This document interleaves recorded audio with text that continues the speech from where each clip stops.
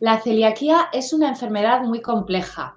Aparece en pacientes que tienen una susceptibilidad genética para padecerla. Ocurre cuando algún desencadenante ambiental hace que el sistema inmune reaccione de forma alterada, produciendo un daño en la mucosa intestinal. Y ese daño va a estar mediado por la presencia de una proteína, el gluten, que está presente en las harinas de trigo, centeno y otra serie de cereales.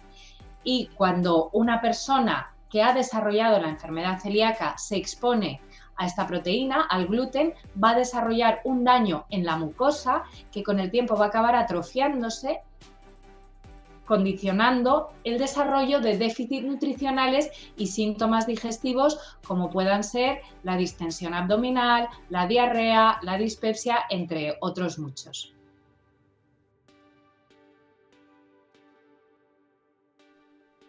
Los síntomas de la enfermedad celíaca son muy variados. Los más frecuentes incluyen la distensión abdominal y la diarrea, pero también se pueden producir molestias epigástricas en la boca del estómago o simplemente alteraciones analíticas. Es frecuente que curse con una anemia ferropénica por déficit de hierro o con una hipocalcemia, que ocurre cuando no se absorbe suficiente calcio. Al final hay que pensar que lo que se está produciendo en el intestino es una atrofia de la mucosa que absorbe los nutrientes. Si no absorbes los nutrientes, se va a alterar el contenido del intestino y eso va a favorecer la aparición de diarrea. Y además, si no tenemos una mucosa absortiva que funcione, no vamos a poder absorber todos los micronutrientes y demás, y van a aparecer esas alteraciones analíticas que decíamos. Puede cursar también con osteopenia u osteoporosis, es decir, con huesos debilitados en relación también con esto que hablábamos de la absorción del calcio. Y luego hay una serie de síntomas atípicos que no siempre es fácil relacionar con la celiaquía, pero que pueden estar causados por ella, como cambios del humor o trastornos del estado de ánimo como la depresión. Así que, como veréis, es un poco una enfermedad muy simuladora porque casi cualquier síntoma puede tener una celiaquía detrás. Eso tampoco quiere decir que si uno tiene una diarrea vaya a tener una enfermedad celíaca, pero es algo que hay que tener en cuenta cuando hacemos el diagnóstico diferencial, precisamente porque es una enfermedad relativamente sencilla de descartar. Efectivamente, la enfermedad celíaca también puede cursar sin síntomas. De hecho, la llamamos la enfermedad del iceberg. Para entender esto, quiere decir que de un iceberg lo único que vemos es la punta. Esos serían los pacientes que tienen síntomas o alteraciones analíticas. Pero si pensáis en un iceberg, por debajo del agua hay una gran masa de hielo y esos serían todos esos pacientes asintomáticos que todavía no han sido diagnosticados de enfermedad celíaca. Esto puede ocurrir. ¿Cuándo tenemos que sospechar que pueda haber una enfermedad celíaca o cuándo en un paciente asintomático tenemos que intentar afinar con el diagnóstico? Pues en general en aquellos pacientes que son familiares de primer grado de alguien diagnosticado con enfermedad celíaca, en aquellos pacientes que padecen síndrome de Down y en ciertas alteraciones tiroideas, porque se ha visto que en estos tres subgrupos de pacientes la prevalencia de enfermedad celíaca es muy alta, incluso en pacientes asintomáticos. Tampoco nos tenemos que volver locos ni podemos ponernos a cribar a toda la población buscando enfermedad celíaca en toda persona asintomática, porque sería una locura, no vale la pena y es una enfermedad que no es tan frecuente. La prevalencia está en torno a 1 de cada 100 habitantes, por lo tanto, bueno, pues tranquilidad. Si uno pertenece a esos grupos de riesgo, simplemente hay que hacer una analítica y si alguien tiene síntomas o alteraciones analíticas, pues es tan sencillo como pedir la serología. La enfermedad celíaca es relativamente sencilla de diagnosticar.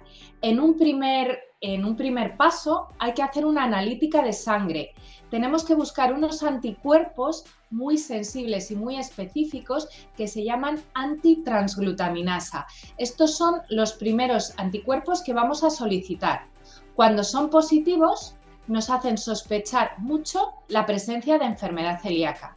Así que cuando los anticuerpos son positivos, vamos a necesitar una segunda prueba de confirmación. Esta prueba es una biopsia intestinal. Durante la realización de una gastroscopia, llegamos a la primera parte del intestino delgado y tomamos unas muestras de la mucosa, que se van a analizar al microscopio. Los patólogos que miran la muestra al microscopio nos van a indicar el grado de afectación de esa mucosa, cómo de grave es la atrofia. En los estadios iniciales simplemente va a haber una inflamación de la mucosa con la presencia de lo que llamamos linfocitos intraepiteliales.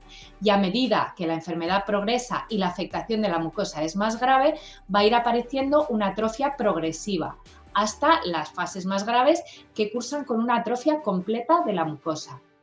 La buena noticia es que siguiendo el tratamiento, esa atrofia se puede revertir y podremos llegar a alcanzar una curación mucosa y la normalidad del intestino.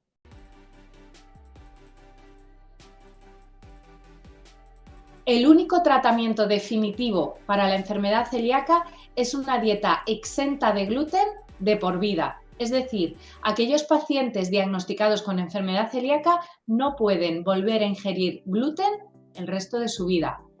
Si evitamos la exposición de la mucosa a esta proteína, como acabamos de comentar, se va a producir la curación de la mucosa y con una mucosa que funciona se van a corregir todos los déficits nutricionales que se asocian con la enfermedad celíaca o que se pueden asociar con la enfermedad celíaca.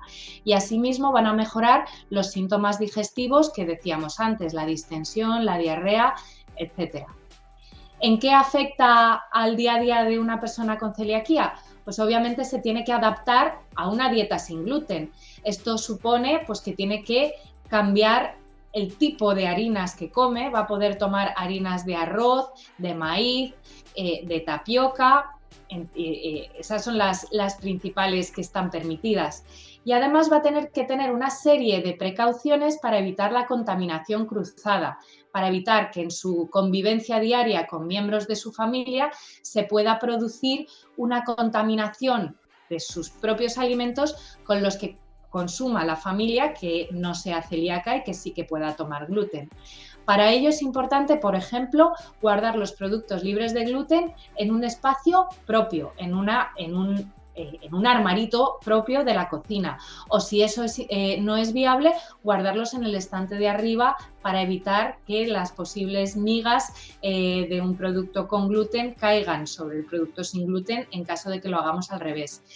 Tienen que tener una tostadora propia. Esto parece una tontería, pero no se pueden compartir utensilios de cocina que no se puedan lavar muy bien. Todos los materiales porosos, como la madera y demás, es más fácil que queden contaminados. Así que todo esto es importante a tener en cuenta en el día a día de una persona con celiaquía.